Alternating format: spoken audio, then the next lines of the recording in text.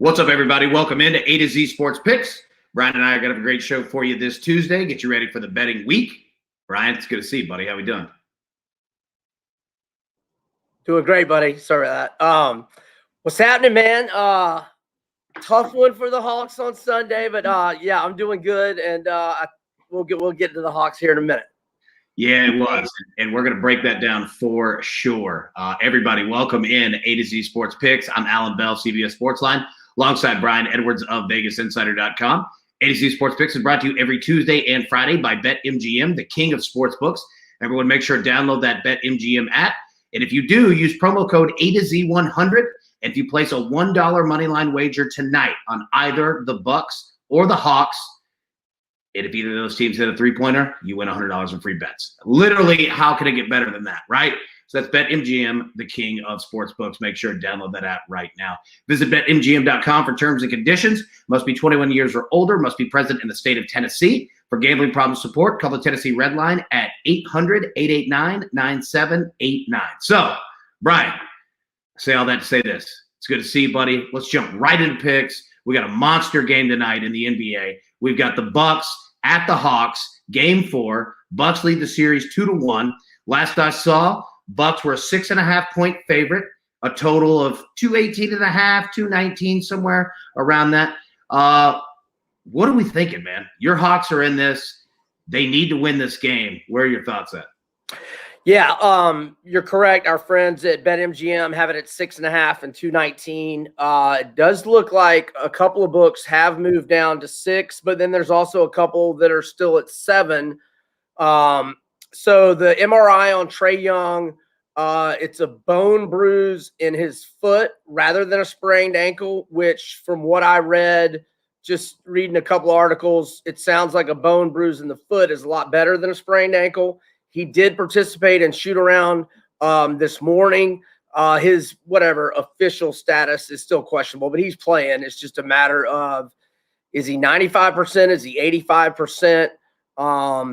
Look, Atlanta was playing really well the other night. Milwaukee did not take their first lead of the game until 82-80 with like a minute 40 left in the third.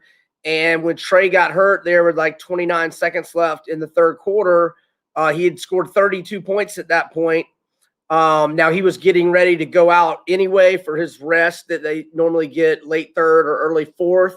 That rest ended up being a little longer, but Atlanta extended the lead to 7 when, with like 7:40-ish left. So I thought Atlanta played well, other than Trae really not being 100% down the stretch and obviously not defending Chris Middleton well enough.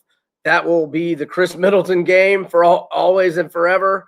He was spectacular, and they got the W and are up 2-1, and we look ahead to tonight, and I'll hold off till our next segment to give out my picks and turn it back over to you, buddy. Yeah, I'm with you. I think this is a very, very pivotal game. I worry if the Bucks have kind of figured out Atlanta, at least from a defensive standpoint, from a rebounding standpoint. But you know what? Here's the thing, and you're right. We're going to break down the picks of it in literally 60 seconds. So just hang tight for that. But every time that I think that I've got a feel on the Bucks, they don't show up, right? Like, I'll give the Hawks credit. Like, the Hawks are arguably the most consistent team in the NBA playoffs. The Suns have been, throughout the run, but that ship might be leaking a little bit. We're going to talk about that here. But, yeah, I mean, it's interesting, especially with such a high number. So, yeah, give us 60 seconds. We're going to knock that one out. Tomorrow night, like you said, we've got the Suns and the Clippers. Game 6, the Suns lead that series 3-2. We saw, obviously, the Clippers win last night. The Suns are going 1-point favorite on the road in Los Angeles, a total of 215. And, Brian, like I just said, is there concern now for Phoenix, right? Because we felt good with them being up 3-1. They go in last night, didn't play terrible, but they didn't play great. Obviously got off to a hellacious start at the beginning, and Los Angeles took, in full advantage of that. But going to a Game 6 on the road, and if you lose that, all the pressure being on you in Game 7, Where's your head at, especially with a spread, like we said, of the Suns being a favorite by one? Well, I think I was saying last week, even though the Clippers were down 0-2, that I thought, they could have easily had at least one of those first two games in Phoenix. And, they'd been in this position with staving off elimination last night. They're now 3-0 in elimination games. And one of those games, I'm trying to remember. Yeah, actually, no, they've all been close games. Really, yeah, they've all been close. Suns were up pretty big in game 4, but the Clippers, came back in the second half. They ended up only losing by 4, and Paul George missed some critical free throws down the stretch, but he's off the hook for that because he was spectacular last night. He was not going to let his team lose. And when you make that, little comment about Phoenix kind of leaking a little bit, they are, and what's going on is Booker, since he got, hit in the face pretty hard the other, 2 games ago, and his nose got all messed up, he really hadn't shot it that well from the perimeter since then. And Chris Paul, he's playing a good floor game, his assist to turnover ratio and whatnot. But, he really has not shot it that well since coming back. I don't know if he lost a little cardio, got a little rusty, whatever the case is. He's not shooting a great percentage, and they're playing a little slower compared to when Cameron Payne, is on the ball more, which obviously he was when Paul was out, and not nearly as much now. Payne had that 29 points and 9 assists in game 2, and then hurt the ankle early in game 3 and only played 4 or 5 minutes. So yeah, I think Phoenix, I'm not saying they blew it by any means. They can, make up for it tomorrow night and close them out. They got 2 chances to close them out, but a golden opportunity was squandered for sure at home. And I'm feeling pretty good about the Clippers tomorrow night, and we'll officially put the pick down here in a minute. Yeah. And it's interesting. The Clippers, obviously, we see what they've done in the playoffs. Apparently, the Clippers being down 0-2 in a series is the most dangerous lead, or it's the most dangerous lead to the other team in sports, right? Because if they do this again, and we're not even talking about that Kawhi's not with this team. If they advance, I don't know if he's going to come back for 6 or 7. I highly doubt it, at least on 6. But if they make it to the finals, you got to think Kawhi's coming back at some point. It's just fascinating. But we promised some picks. Let's do it. Our next segment, what we call our 2 for Tuesday, our Tuesday bankroll bonus bets. What we do, we pick 2 games across the board, what you have. And since the playoffs, we can add in that as well for tomorrow night, the Suns and Clippers. So, Brian, I kick it to you. Simple. You got 2 bets, buddy. What are you making? I'm going to go with the Hawks, man. And it's definitely a little tricky in that we don't know about Trey. And Trey is obviously very key. But I will point out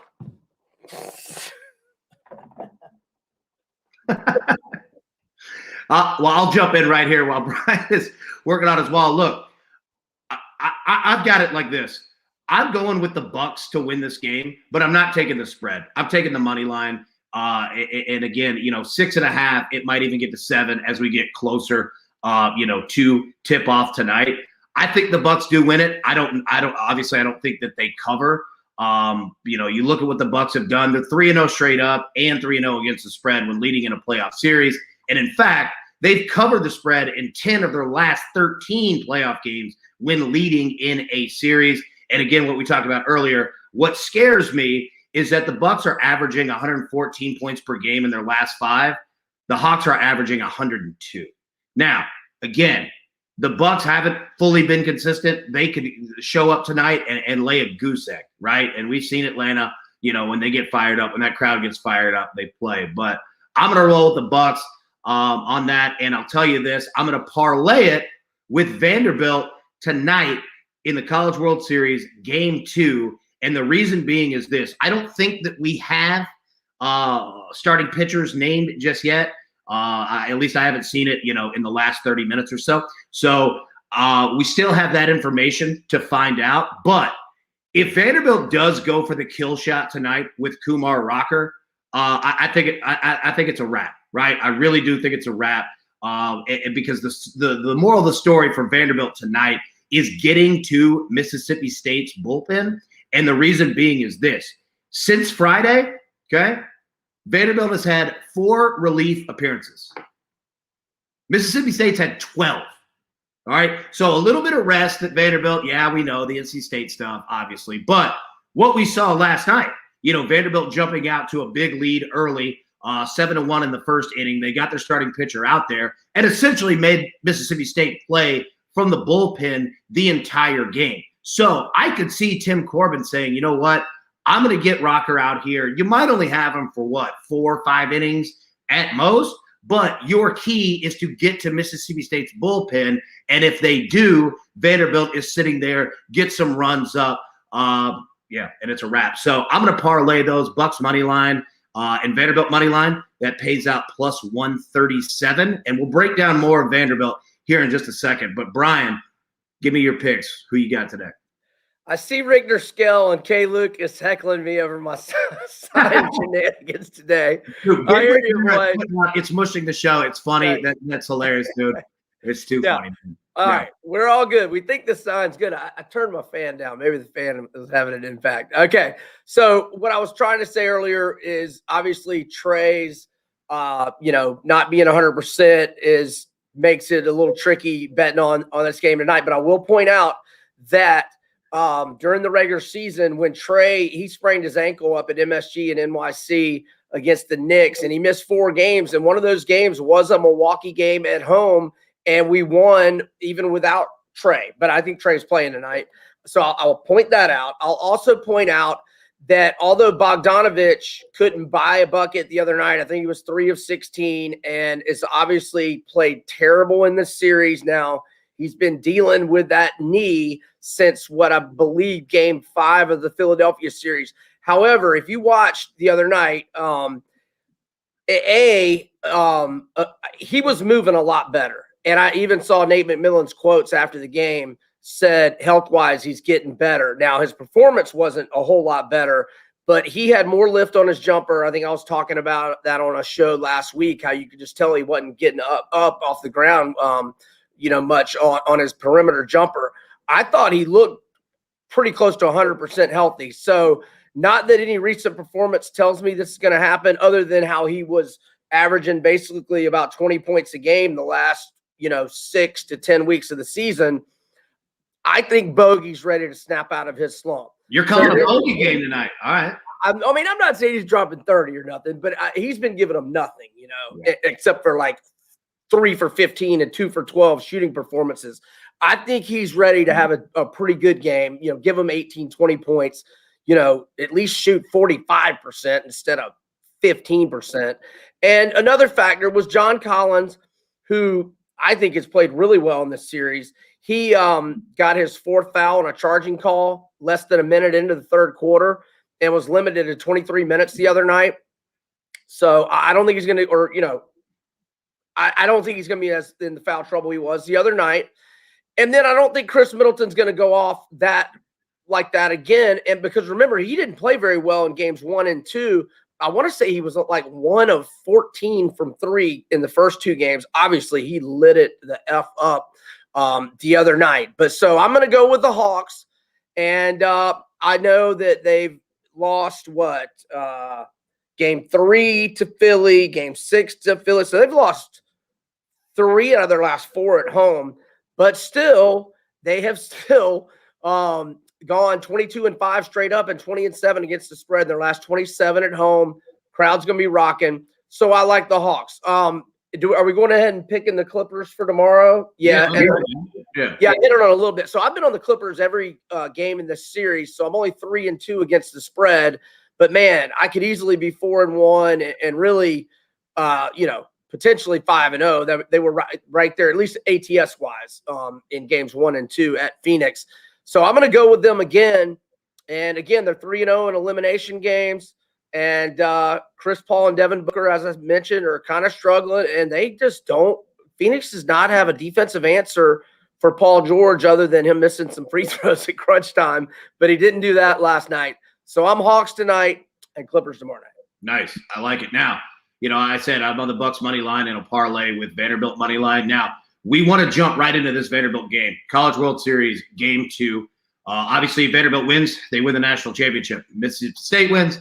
we'll have game 3, the decisive one, tomorrow night. Look, I think that Vanderbilt's a better team. I think, and this is nothing against Mississippi State at all. They're a phenomenal baseball team. But I think that everything that Vanderbilt went through, I think that it played out nicely for them. They don't mind being the heel. They do not mind if everyone hates them. Quite frankly, I think they feed off of it.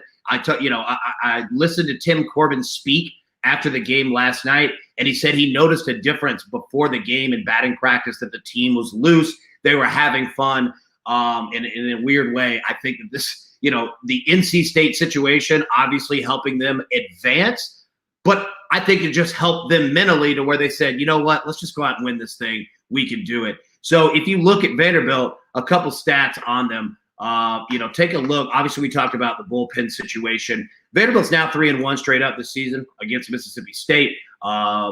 Weirdly enough, their only loss was with Jack Leiter earlier in the year, but we saw him and what he did last night. Vanderbilt has the most wins in the history of the College World Series at TD Ameritrade Park, 20 wins. Now, that doesn't mean anything for tonight, but Tim Corbin knows how to play there. I think the program as a whole, they know how to operate this system in terms of their staff, in terms of their trainers. They know how to operate not only game to game, but they know how to operate a national championship final series. They're obviously the defending national champion from 2019. And again, if Kumar Rocker goes tonight and Vanderbilt gets to Mississippi State's bullpen, it's a wrap. Kumar Rocker obviously, he is the defending, most outstanding player in the College World Series. So I think that coupled with the team playing loose and understanding that if they get him on there, on the bump, they're going to play for him even more. And I think this team finally got their bats awakened, which we were kind of waiting for the entire College World Series. So, yeah, I'm all over Vanderbilt tonight. It's a nice money line price, too, at 135, all things considered. If Kumar Rocker does get named the starting pitcher, which, again, I don't know. They might go Christian Little, which, Brian, side note, if they go with Christian Little, this kid is 17 years old. Wow. Imagine being 17 years old and on the hill for a chance to win a national championship. It's crazy, man. Kid's good. That's awesome. It's just all set up perfect for Vandy. I'm not saying it's their fault, but not having to throw Leiter when NC State got booted, it gave him extra rest. And now, like you say, he hasn't even decided whether Kumar is going to throw tonight. I mean, he can just hold him back, have him more rested for a game 3 if necessary, or if it's tight tonight, he can come out of the bullpen maybe and yet still be, depending on how much he would throw, maybe ready to go. Is game 3 tomorrow if necessary, I would presume? Yeah. But, like you're saying, Mississippi State's bullpen is burned out. So, I agree with everything that you're saying on that. Not that I'm a college baseball guy at all. No. I mean, it's baseball. Like, you understand the game. And I think, the first couple innings are going to be the key, tonight. If Vanderbilt gets some runs up, they get some hits up, get the pitch count up on that starting pitcher. And you see, guys starting to get loose out there in the pen for Mississippi State. And especially if whoever's pitching for Vanderbilt, if they're pitching a shutout or maybe just one run, look out, man. Definitely look out, because Vanderbilt, they know how to do this. They know how to close these games out. They're built to do it. And don't give them an opportunity because they'll take it pretty much every single time. Now, we jump to our last segment of the show, the most exciting game in sports betting. Everybody plays along. You know the rules. I'm going to read you off 8 or so props and parlay options. What you're going to do is pick at least one. You have to pick one. You can pick as many as you want, but you have to pick one. These are live options for the games tonight. And you let us know in the chat who you're rolling with, Twitter, wherever that you conversate with the show. Holler at us. I want to see what you guys are taking. Brian, I'm going to kick it to you first, but let me read these off. And then, you jump in, okay? All right. Giannis to record 2+ blocks, plus 120. Trae Young to make 5+ 3-pointers, plus 325. Drew Holiday to record a double-double, plus 175. Clint Capella to score 20+ points, plus 475. Chris Middleton to record a double-double, plus 260. John Collins to make 3+ 3-pointers, plus 350. And the Hawks to win by 6 to 10 points, a margin bet, plus 700. So, Brian, kick it to you first, man. What you got? All right, man. Like I said, I don't think Middleton's going to go off like he did the other night, but all he's got to do is get 10 points to be part of a double-double. He had a double-double the other night. It was 38, 11, and 7. The 11 was rebounds. The 7 was assist. So, yeah, I'll go Middleton, the double-double, plus 260. Definitely not Capella with the points.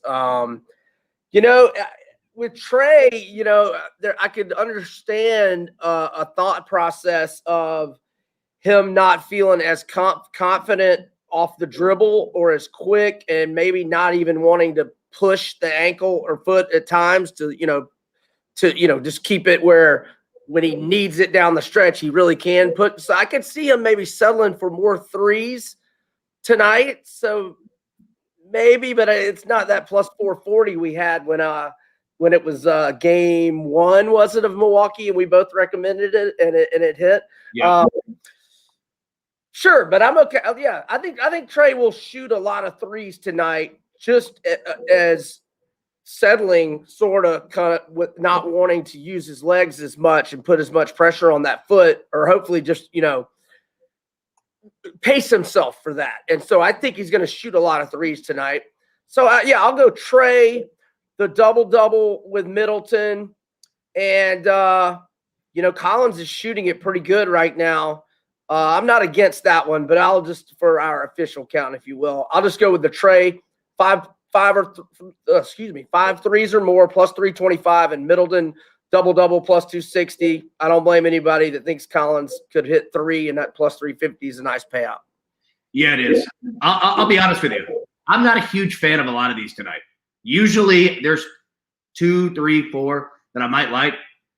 There's only one that I like, and you nailed it. Trae Young, 5+ 3-pointers. And again, I'm not saying that he drills them, but the opportunity is there. If you look at the first 3 games in this series, he's attempted 35 3-pointers, right?